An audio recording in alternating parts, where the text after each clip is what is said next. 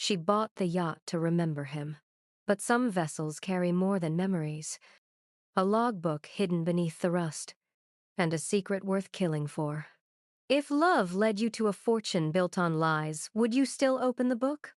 The marina smelled like rust and regret. Anna Walsh stood at the edge of the weathered dock, her hands shoved deep into the pockets of Tom's old windbreaker, the one that still carried the faint scent of his cologne beneath the salt and mildew.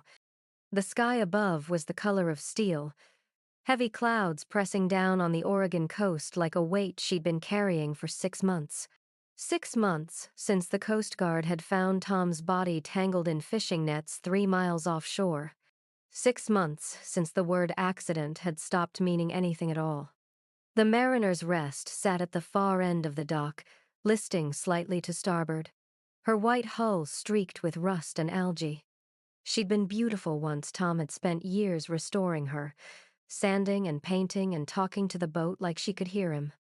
"Every ship remembers its captain," he used to say, his hands steady on the wheel, his eyes bright with something Anna had loved but never fully understood. Now the yacht looked abandoned, forgotten, like everything else Tom had left behind. Anna's phone buzzed in her pocket. A text from her sister. "Please tell me you didn't actually do this." She'd done it. $3,200. The last of their emergency fund. The money she'd been saving to keep the lights on through winter. The money that was supposed to cover Leo's school trip and the overdue medical bills still piling up from Tom's cancer treatment 2 years ago. All of it gone in a single impulsive phone call to the harbor master. "You sure about this, Mrs. Walsh?" he'd asked, his voice heavy with doubt. "Boat's been sitting here 6 months. She's not in good shape." Anna hadn't been sure about anything since the day the police knocked on her door.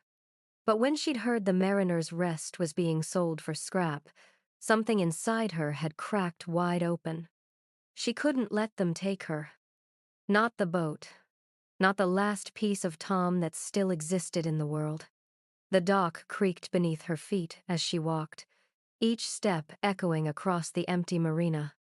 It was a Tuesday morning, and the only other soul in sight was a tern perched on a piling, watching her with unblinking black eyes. Anna stopped in front of the yacht, her breath catching. Up close, the damage was worse than she'd imagined. The railings were corroded, the teak deck split and warped from months of rain. One of the windows had a spiderweb crack running through it, and the name on the stern Mariner's Rest was barely legible beneath layers of grime. But Anna didn't see the decay. She saw Tom standing at the helm, his hair wild from the wind, laughing as he guided them through a summer squall. She saw Leo, younger then, squealing with delight as dolphins raced alongside the bow. She saw a life that felt impossibly far away now, like it had belonged to someone else. Anna reached out and touched the railing. The metal was cold and rough beneath her palm, flaking rust staining her fingers orange. She didn't pull away. For a moment, it felt like touching Tom's hand. Behind her, footsteps approached, slow, deliberate. Mrs. Walsh. She turned to find Carl, the harbor master, a weathered man in his 60s with kind eyes and a face that had seen too many widows standing where she stood now. "Didn't think you'd actually come," he said quietly. "I had to." Carl nodded, though his expression said he didn't understand. Nobody did. Not her sister, who'd called her reckless and irrational. Not Leo, who'd looked at her with something close to betrayal when she told him she'd bought the boat. "You can't bring him back, Mom," he'd said, his voice flat and cold in a way that made her chest ache. "I know," she'd whispered. "But I can't let him go yet either." Carl handed her a set of keys, their edges sharp against her palm. "She's all yours," he said. "For what it's worth." Anna nodded, unable to speak. Carl hesitated, then added almost as an afterthought. "You know, funny thing, someone else was asking about this boat just a couple days ago." Anna's head snapped up. "What?" Yeah, man in a suit. Expensive looking. Asked if anyone had bought her yet. If I knew where Tom kept his personal effects. Carl shrugged. Didn't give a name. Just left a card with a number on it. I threw it out. Anna's pulse quickened. What did he look like? Tall. Dark coat. Sunglasses, even though it was overcast. Carl frowned. Why? You know him? No, Anna said quietly, though unease was already curling in her stomach. I don't. After Carl left, Anna stood alone on the dock, staring at the yacht. A stranger asking about Tom's boat. 2 days ago, right before she'd bought it. She shook her head, trying to push the thought away. It was probably nothing someone interested in buying it for parts, maybe a creditor looking for assets. Tom had died with debts, lots of them. But still, the timing felt wrong. Anna climbed aboard, the gangplank groaning under her weight. The deck was slick with moisture, and she moved carefully, her hand trailing along the cabin wall for balance. When she reached the helm, she stopped. The cockpit was empty, stripped bare. The navigation equipment was gone, the radio mount torn from the console, even the life jackets and emergency kit missing. It looked like someone had gutted the place, but it was the floorboards that made her breath catch.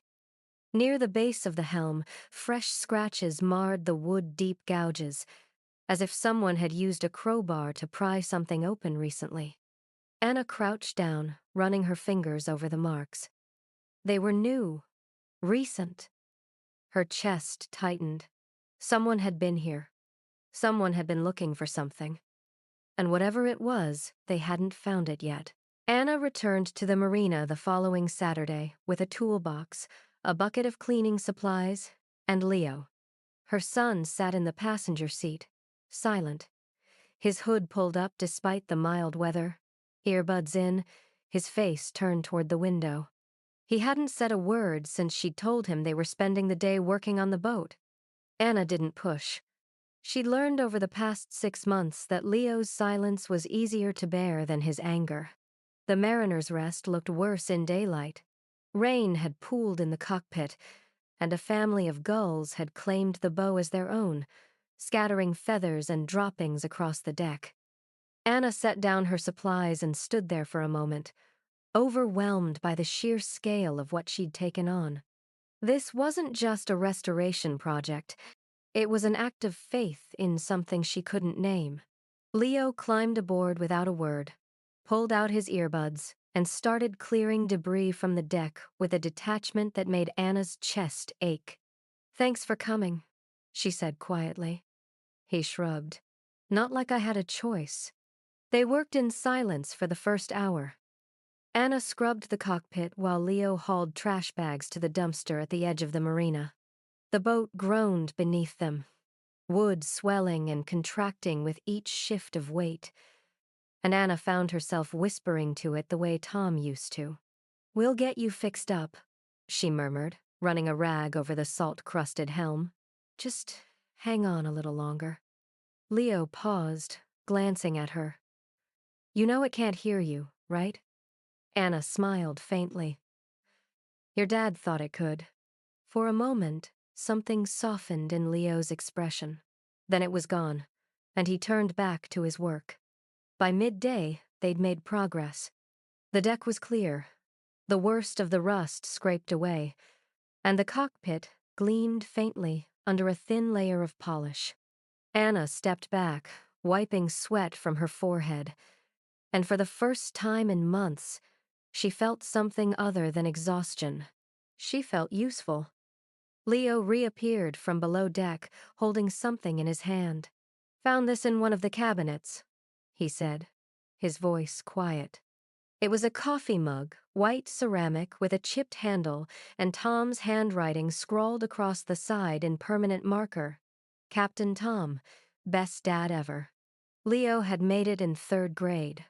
A Father's Day gift. Anna's throat tightened. "I didn't know he kept it on the boat," Leo said, staring at the mug like it might disappear if he looked away. "He took it everywhere." Anna said softly. Said it was good luck.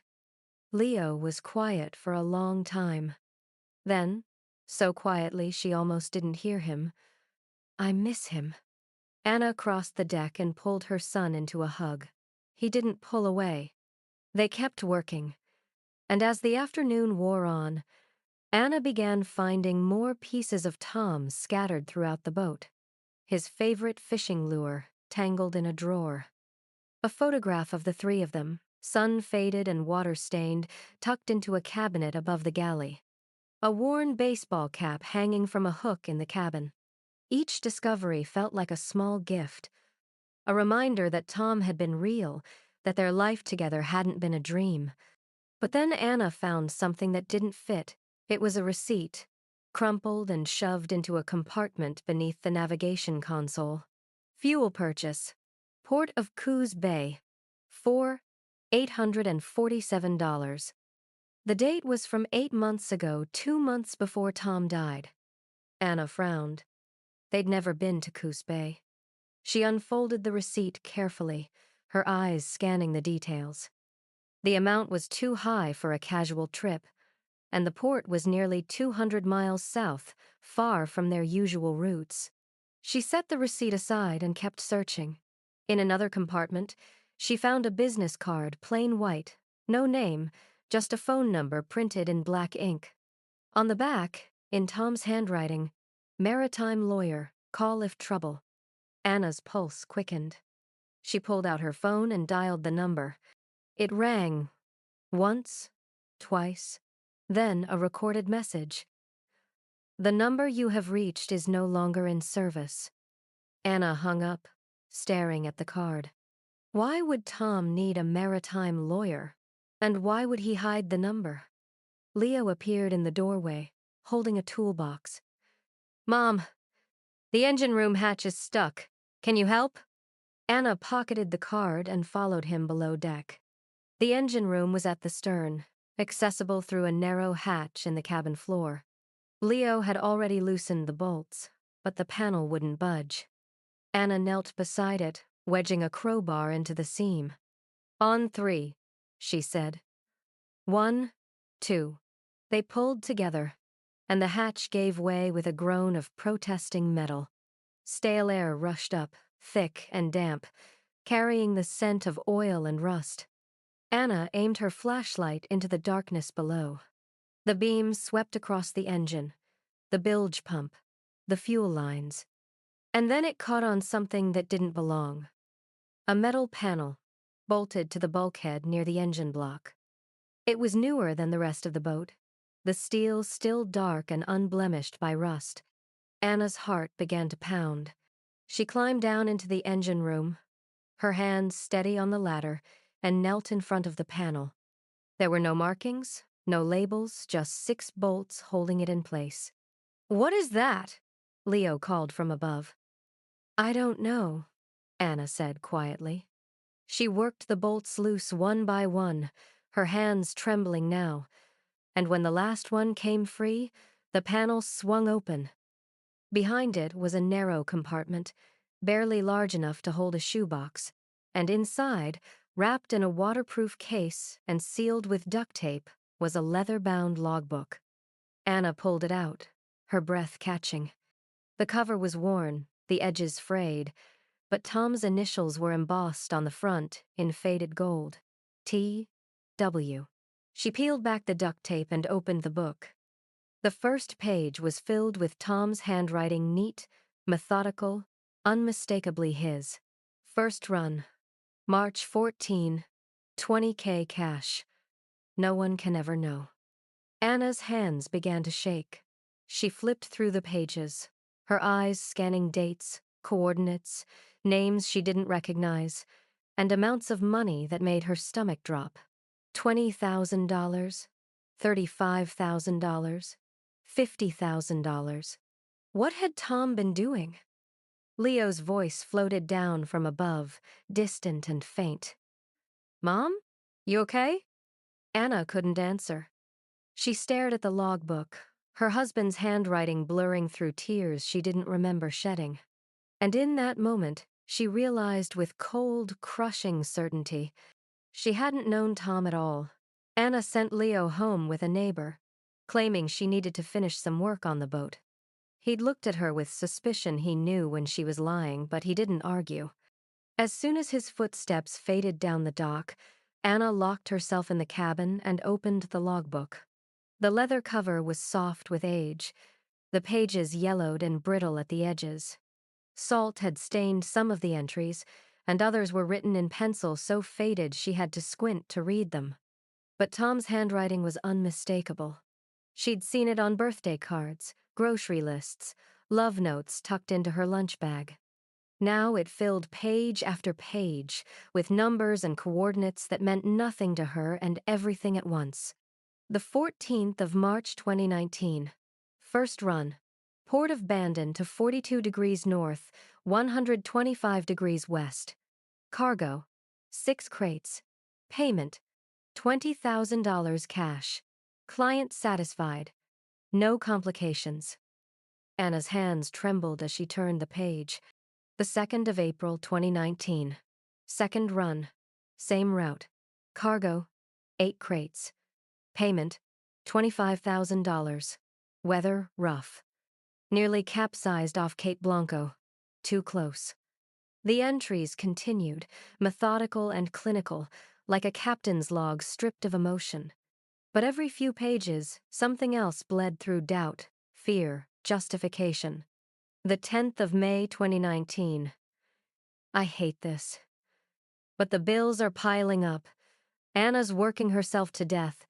Leo needs braces. The treatments bankrupted us. This is temporary. Just until we're clear.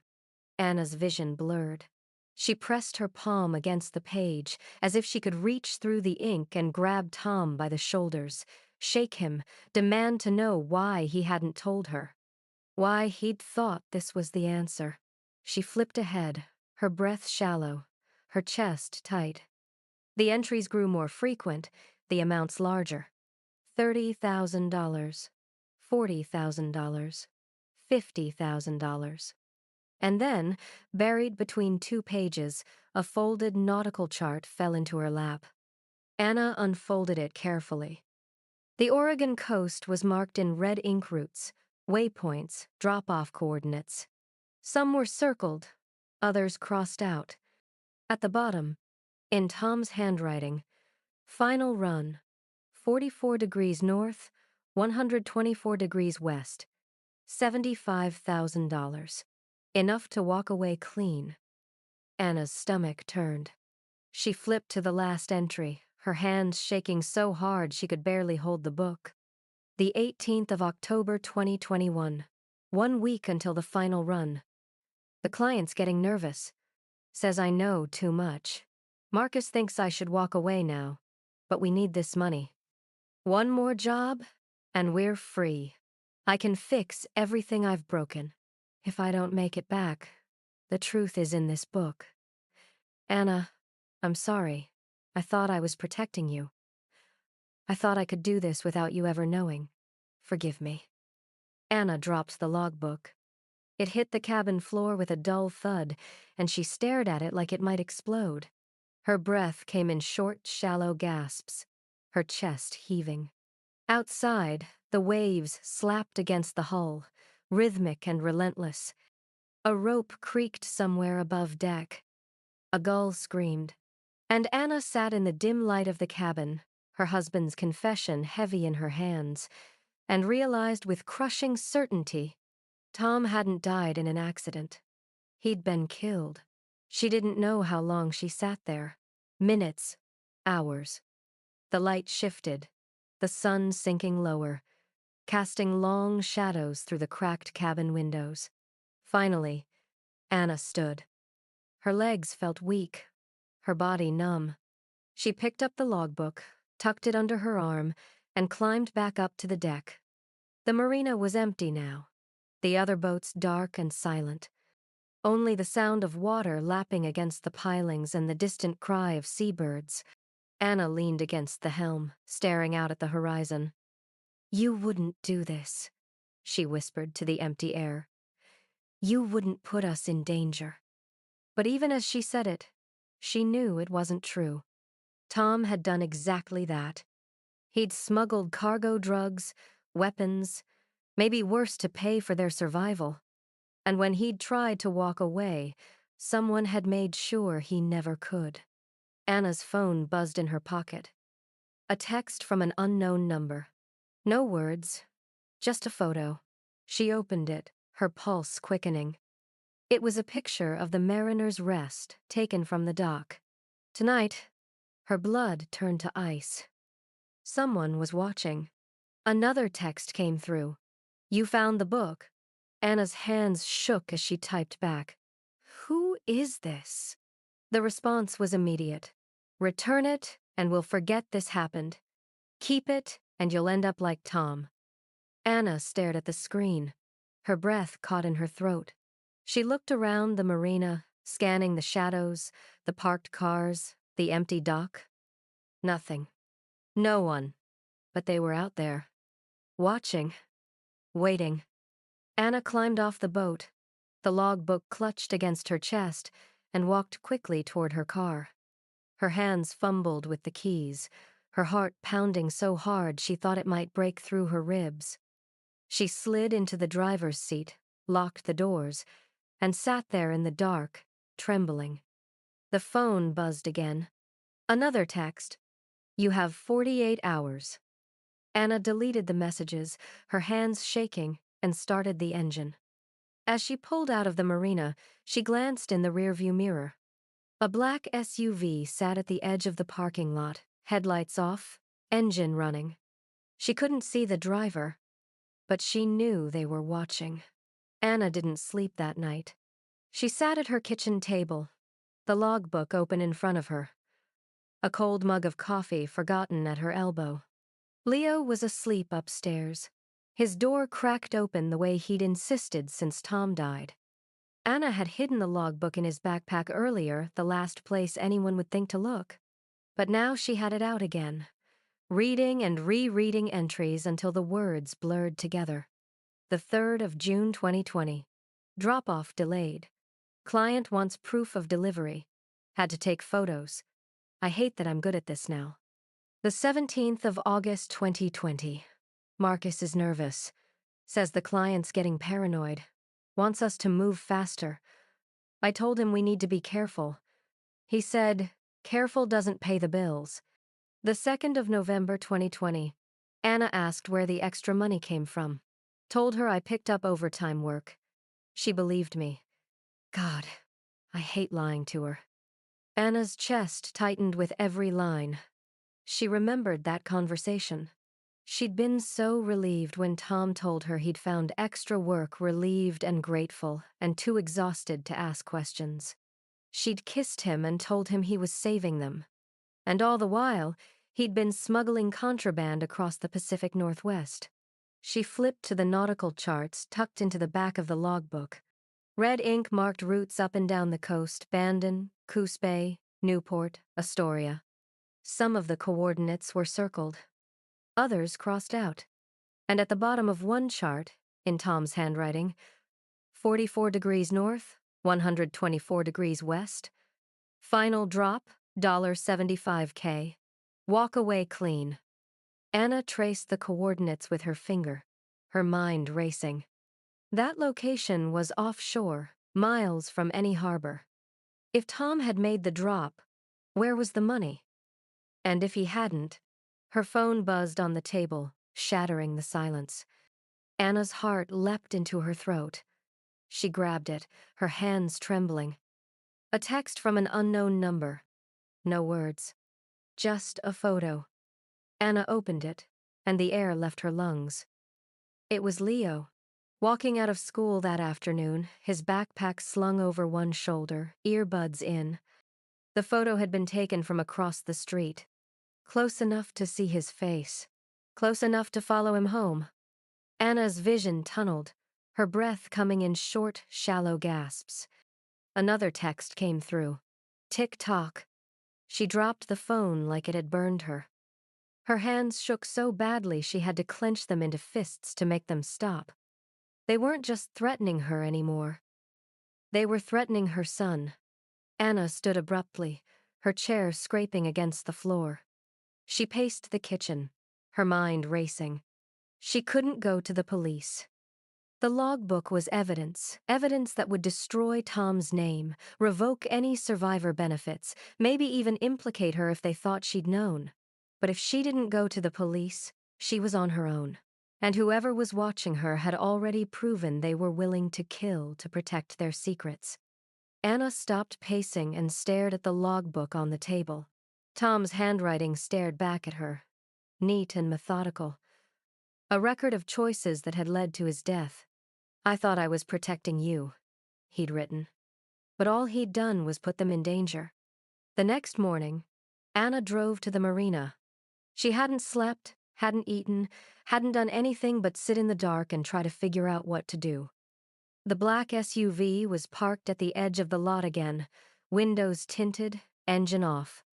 Anna's pulse quickened, but she forced herself to keep walking. She found Carl in the harbor master's office, hunched over a cup of coffee and a stack of invoices. He looked up when she entered, and something flickered across his face. Guilt, maybe, or fear. "Mrs. Walsh," he said carefully. "Didn't expect to see you this early." Anna closed the door behind her. The man who came asking about the boat. What did he want? Carl shifted uncomfortably. "I told you, he was just—" "Carl." Anna's voice was steady, but her hands were shaking. "Please, I need to know." Carl sighed, setting down his coffee. "He offered me $10,000. Anna's breath caught. "For what?" "Just to tell him if anyone bought the Mariner's Rest. That's all. I didn't take it," he added quickly. But he was serious, Mrs. Walsh. The kind of serious that makes you lock your doors at night. Anna's stomach turned. "Did he say why?" "No, but he knew your husband. Mentioned him by name. Said Tom had something that belonged to his employer, and they wanted it back." Anna felt the world tilt beneath her feet. "What did you tell him?" "Nothing," Carl said. "I told him the boat was sold to a private buyer and I couldn't give out names. He didn't like that, but he left." Carl hesitated, then added quietly, "Mrs. Walsh, if you're in some kind of trouble—" "I'm not," Anna lied. She turned and walked out before Carl could say anything else. Back at the yacht, Anna sat in the cockpit, the logbook open on her lap.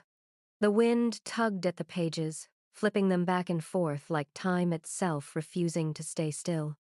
She stared at Tom's handwriting, at the careful notes and coordinates, at the evidence of a life she'd never known he was living.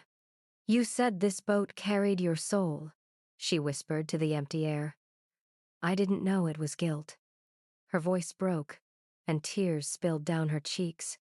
She wiped them away angrily, but they kept coming. She'd loved him. She'd trusted him. And he'd lied to her for 3 years. Anna turned to the final entry, the one dated a week before his death. The 18th of October 2021. "One more job, one more lie. And then I'll tell her everything. I'll make it right." But below that, in the same handwriting, was another line. One Anna hadn't noticed before. "If you're reading this, Anna, I'm already gone. The coordinates are real. The money's still there. And so is the truth." Anna's breath caught. She flipped the page and froze. There was one more entry, dated 3 days after Tom's death. The handwriting was different, hurried, angry. He thought he could walk away. He was wrong. The money's ours. And now, so is the book. Anna's hands trembled as she stared at the words. Someone else had written in Tom's logbook. After he died, someone who knew exactly what Tom had been doing, and exactly where the money was hidden. Anna looked out at the water, the waves rolling in slow and steady, and realized with cold, sinking certainty, Tom's death hadn't just been about silencing him. It had been about claiming what he'd left behind. And now, Whoever had killed him was coming for her. Anna found Marcus's number in Tom's old phone contacts. She sat in her car outside a diner in Newport, her hands trembling as she typed out a message. "This is Anna Walsh, Tom's wife. I need to talk to you. It's about the boat." She hesitated, then added, "And the logbook." The reply came within minutes. "Meet me at Pier 9. 1 hour. Come alone." Marcus looked older than Anna remembered. He'd been at Tom's funeral, quiet, withdrawn, standing at the back like he didn't belong.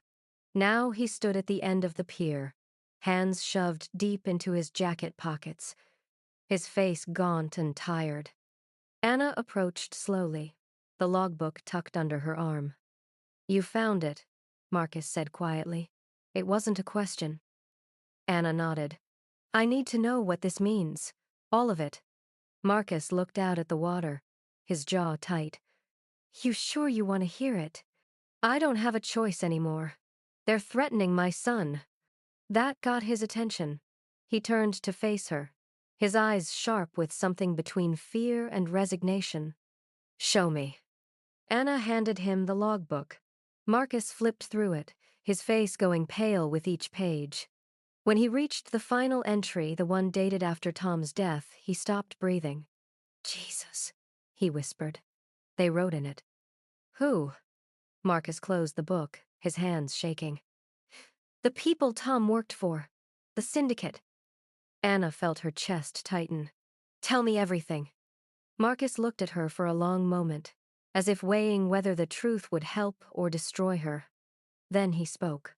"Tom started 3 years ago, after the cancer treatments bankrupted you. He was desperate, Anna. We both were. A mutual friend connected us with someone who needed transport. High-value goods. Stolen art, jewelry, antiquities. Things people would pay a lot of money to move quietly." Anna's stomach turned. "You helped him." "At first, yeah. But I got out after 6 months. Told Tom he should too. He said he would." Marcus's voice cracked. "But he didn't. He kept going. Said he needed 1 more year, 1 more job. He kept saying that. And the final run?" Marcus's face darkened. "Tom found out what he was really moving. It wasn't just stolen goods.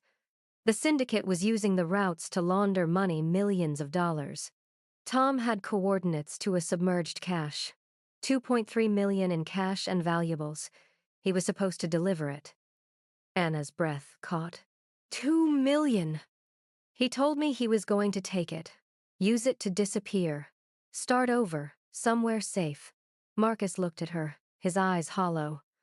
"I told him not to. I told him they'd kill him. But he said it was the only way out." Anna's knees went weak. She leaned against the pier railing, the wind cold against her face. "They killed him," she said quietly, "because he tried to steal from them." "Yeah." Marcus's voice was barely above a whisper.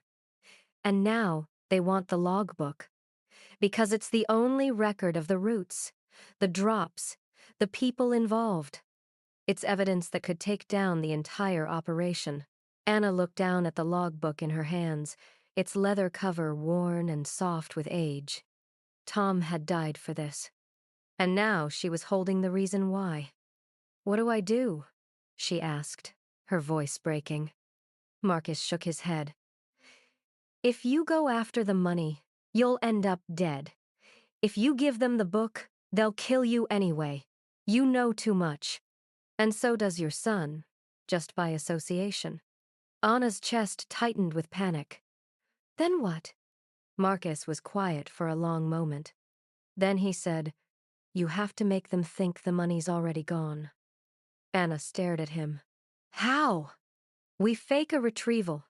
We go to the coordinates, document it, make it look like we pulled everything up. Then we leak it to the right people, make the syndicate think someone else got there first. They'll chase ghosts instead of you." Anna's mind raced. "And the real money?" "Stays where it is, until we figure out how to turn it over to the authorities without getting you killed." She looked out at the water, at the endless stretch of gray-blue horizon. Somewhere out there, $2 million sat at the bottom of the ocean. And somewhere closer, the people who'd killed her husband were watching, waiting for her to make a mistake. Anna turned to Marcus, her voice steady despite the fear coiling in her chest. What if we make them think we took it first? Marcus blinked. What? What if we don't just fake the retrieval, we make it real? We go to the coordinates, we find the cash, and we use it as leverage. We tell them we'll return it in exchange for our safety. Anna, that's insane.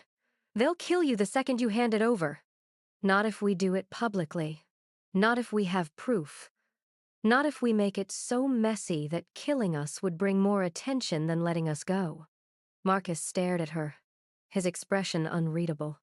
Then, slowly, he nodded. You're right. It's insane. He paused. But it might actually work. Anna's phone buzzed in her pocket. She pulled it out, her pulse quickening. Another unknown number. Another text. Time's up. Tomorrow night. Pier 9. Bring the book. Come alone. Or your son pays. Anna's hands shook as she read the words. She looked up at Marcus, her face pale. They're not waiting anymore. Marcus's jaw tightened. Then we move tonight. Anna nodded, her heart pounding. She clutched the logbook against her chest and turned toward the parking lot, her mind racing with plans she had no idea how to execute. But as she reached her car, she paused. A black SUV sat at the far end of the lot, engine running, headlights off. The same one that had been following her for days. Anna's breath caught. Marcus stepped beside her, his hand resting on her shoulder. They know, he said quietly. Yeah, Anna whispered. They know. And somewhere in the darkness, someone was watching. Waiting. They left before dawn. Anna had sent Leo to stay with her sister, claiming she needed a few days to finish work on the yacht. He'd hugged her tightly at the door, sensing something was wrong but too afraid to ask. I love you, she'd whispered into his hair. No matter what happens, remember that. Now she stood on the deck of a rented fishing boat, the Mariner's Rest left behind at the dock, and watched the coastline disappear into the gray morning mist. Marcus stood at the helm, silent and focused, his face tight with the same fear Anna felt coiling in her chest. They were sailing toward the coordinates Tom had marked. Toward $2 million. Toward the truth. The sea was calm, but the air felt heavy, oppressive, like the sky itself was holding its breath. Anna clutched the logbook against her chest, the leather warm from her hands. She'd read Tom's final entries so many times the words were burned into her memory. The money's still there, and so is the truth. But it was the USB drive Marcus had mentioned that haunted her now. Tom hadn't just been a smuggler. He'd been gathering evidence. Insurance, he'd called it. Proof that could bring down everyone involved. Anna didn't know whether to feel proud or horrified. Marcus cut the engine when they reached the coordinates. The water here was deeper, darker, the surface rippling with invisible currents. Anna scanned the horizon, her pulse quickening. No other boats. No signs of life. Just the endless stretch of ocean and the distant cry of gulls. This is it, Marcus said quietly, checking the GPS. 44 degrees north, 124 degrees west. Anna looked down at the water, imagining what lay beneath. A waterproof container, chained to the ocean floor. Waiting. Marcus pulled out a dive kit mask, fins, a small underwater camera. I'll go down first, he said. See if it's still there. Anna nodded, her throat tight. She watched as Marcus lowered himself over the side, the cold water swallowing him whole. And then she was alone. The minutes stretched. Anna paced the deck, her hands shaking, her breath coming in short, shallow gasps. What if the cash was gone? What if Tom had been wrong? What if this was all for nothing? Then Marcus surfaced, gasping, his face pale. "It's there," he said, his voice hoarse. "Exactly where?" he said. Anna's knees nearly buckled with relief. Marcus hauled himself back onto the boat, water streaming from his wetsuit, and together they pulled up the waterproof container with a winch and rope. It was heavier than Anna expected, the metal corroded but intact. Marcus pried it open with a crowbar, and Anna's breath caught. Inside were stacks of cash, hundreds, maybe thousands of bills, vacuum-sealed in plastic. Jewelry glinted beneath the money. Diamonds, gold, watches worth more than Anna had ever seen in her life. And at the bottom, wrapped in another waterproof case, was a USB drive. Anna picked it up with trembling hands. Marcus pulled out his laptop, balancing it on the boat's gunwale, and plugged in the drive. Files loaded slowly, photos, documents, shipping manifests. Anna leaned closer, her heart pounding. The photos showed men in suits shaking hands on docks, cargo containers being loaded onto ships, envelopes of cash changing hands. The documents listed names. Important names. A state senator, a shipping magnate, a customs official. All of them connected to the smuggling ring. All of them complicit. Anna's breath came out in a shaky exhale. Tom was building a case, she whispered. He was going to turn them all in. Marcus nodded, his face grim. That's why they killed him. He knew too much. If you've followed Anna's story this far, don't forget to like this video and subscribe for more stories that remind us that sometimes the hardest storms aren't the ones outside. They're the ones we carry within. Anna stared at the screen, tears blurring her vision. Tom hadn't just been a criminal. He'd been trying to fix what he'd broken. He'd been trying to protect them, and it had gotten him killed. She closed the laptop, her hands shaking, and looked at Marcus. "We take this to the FBI," she said, her voice steady despite the fear clawing at her chest. "All of it. The money, the evidence, everything. We tell them Tom was working against the syndicate. We make sure his name gets cleared." Marcus nodded. "And we get you and Leo into witness protection." "Yeah." Anna took a deep breath, the salt air burning her lungs. For the first time in 6 months, she felt like she was doing the right thing. Not the easy thing, not the safe thing, but the right thing. That's when she heard it. The roar of an engine. Low and fast, cutting through the water like a blade. Anna's head snapped up, her pulse spiking. A speedboat was racing toward them, sleek and black, cutting across the waves with terrifying speed. 3 men stood on the bow, their faces hidden by sunglasses and ball caps, and one of them was holding a rifle. Marcus swore under his breath. "They found us." Anna's blood turned to ice. She looked at the waterproof container, at the USB drive in her hand, at the evidence that could destroy an entire criminal empire. And she realized with cold, crushing certainty they weren't going to let her leave this water alive. "Marcus," she said, her voice shaking. "What do we do?" Marcus grabbed the winch rope, his face pale but determined. "We run." The speedboat closed the distance in seconds. Marcus gunned the engine, the fishing boat lurching forward, but it was no match for the sleek predator cutting through the waves behind them. Anna clutched the waterproof case to her chest, her heart hammering so hard she thought it might break through her ribs. The men were close enough now that she could see their faces cold, expressionless, professional. One of them raised the rifle, aiming it directly at Marcus. Anna's breath caught. "Marcus, I know." He yanked the wheel hard to port, the boat heeling sharply, and Anna stumbled, catching herself on the gunwale.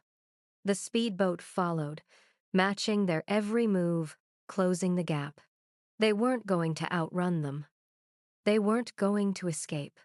Anna's mind raced. The evidence, the USB drive, the logbook. If she died here, it would all disappear with her. Tom's sacrifice would mean nothing. Leo would grow up believing his father was a criminal, and the people who'd killed Tom would walk free. No. Anna grabbed the marine radio, her hands shaking, and switched it to the emergency channel. Mayday, Mayday, Mayday, she said, her voice cracking but steady. This is Anna Walsh aboard the fishing vessel Sea Runner. We are under attack by armed men. Coordinates 44 degrees north, 124 degrees west. We have evidence of a criminal conspiracy. Requesting immediate assistance. She repeated it twice more, broadcasting on the open channel where anyone with a marine radio could hear. Marcus looked at her, his eyes wide. What are you doing? Making it public, Anna said. If they kill us now, everyone will know. The speedboat slowed. The men looked at each other, their body language shifting from aggression to hesitation. The lead man, the one Anna recognized from the marina, stood at the bow, his face twisted with rage. He yelled across the water, his voice carried by the wind. You just signed your death warrant! But he didn't fire. Anna's chest heaved with relief and terror. They couldn't kill her now. Not on an open channel. Not with witnesses listening. And then, faint but growing louder, came the sound of sirens. A Coast Guard cutter appeared on the horizon, cutting through the waves with purpose. The speedboat veered sharply, its engine roaring, and disappeared into the mist. Anna sank to her knees, the waterproof case slipping from her hands, tears streaming down her face. Marcus cut the engine and dropped beside her, his own hands shaking. You did it, he said, his voice hoarse. You actually did it. Anna nodded, unable to speak. She'd done it. But she'd also destroyed everything Tom had tried to protect. The Coast Guard escorted them back to shore. By the time they docked, FBI agents were already waiting, 3 of them, standing at the edge of the pier in dark suits and sunglasses. Anna climbed off the boat, her legs weak, and handed over the waterproof case. Everything's in there, she said quietly. The money, the evidence, the logbook. The lead agent opened the case, his expression unreadable as he examined the contents. Then he looked at Anna. Mrs. Walsh, we need you to come with us. You're not under arrest, but we need your full statement. Anna nodded. My son, he's safe, the agent said. We've already contacted your sister. He's under protection until we sort this out. Relief flooded through Anna, so intense it nearly buckled her knees. Leo was safe. That was all that mattered. They took her to a small office in a government building overlooking the harbor. Anna sat across from the lead agent, a woman in her 40s with sharp eyes and a kind face, and told her everything. The yacht, the logbook, Tom smuggling, the syndicate, the threats. She spoke until her voice was hoarse, until there were no more words left. When she finished, the agent leaned back in her chair, studying Anna carefully. Mrs. Walsh, she said quietly. There's something you need to know.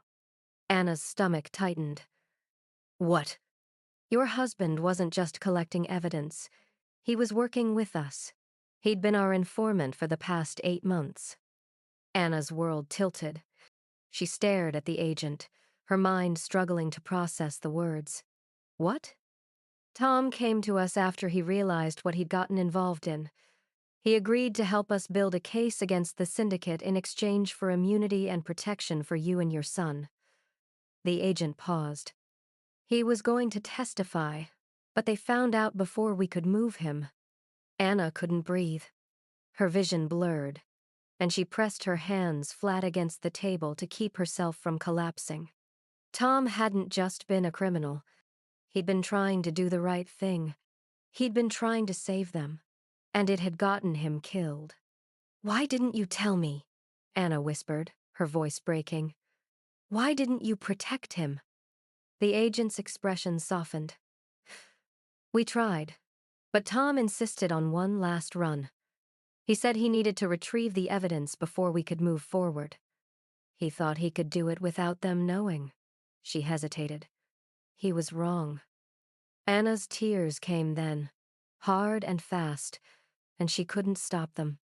Tom had died trying to be a hero, and she'd spent 6 months believing he was only a criminal. The agent gave her a moment, then said gently, "You did the right thing, Mrs. Walsh. Because of you, we can finally take down the entire network. Your husband's sacrifice wasn't in vain."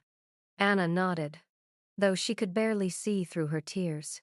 She thought of Tom's final words in the logbook, "Forgive me." And for the first time since his death, she did. 6 months later, the Mariner's Rest sat gleaming in the morning light, her hull freshly painted, her deck sanded smooth, her brass fittings polished until they caught the sun like small flames. Anna stood on the dock, her hand resting on the railing, and felt something she hadn't felt in a long time. Peace. The FBI's investigation had taken down 12 people, including the state senator and the shipping magnate whose names had been in Tom's files. The trial had been brutal, but Anna had testified, her voice steady, her hands calm. She'd told the truth, all of it, and when it was over, the judge had thanked her for her courage. The reward money had come through last month, enough to pay off their debts, buy a small house near the water, and set aside a college fund for Leo. But more than that, Anna had something she'd thought she'd lost forever. Closure. Leo appeared at the top of the gangplank, carrying a small wooden box. He was taller now, his shoulders broader, his face less shadowed by grief. He still missed his father. Anna could see it in the quiet moments, the way his eyes drifted to the horizon sometimes, searching for something he'd never find. But he was healing. They both were. "Ready?" he asked. Anna nodded. "Yeah, I'm ready." They sailed out together, the Mariner's Rest cutting smoothly through the water, her engine purring like she'd been waiting for this moment all along. Anna stood at the helm, her hands steady on the wheel, and felt Tom's presence all around her, not as a ghost, but as a memory she could finally hold without it breaking her. Leo sat beside her, the wooden box in his lap, his fingers tracing the carved initials on the lid. T.W. Tom Walsh. Husband, father, informant, hero, criminal. All of it true. All of it him.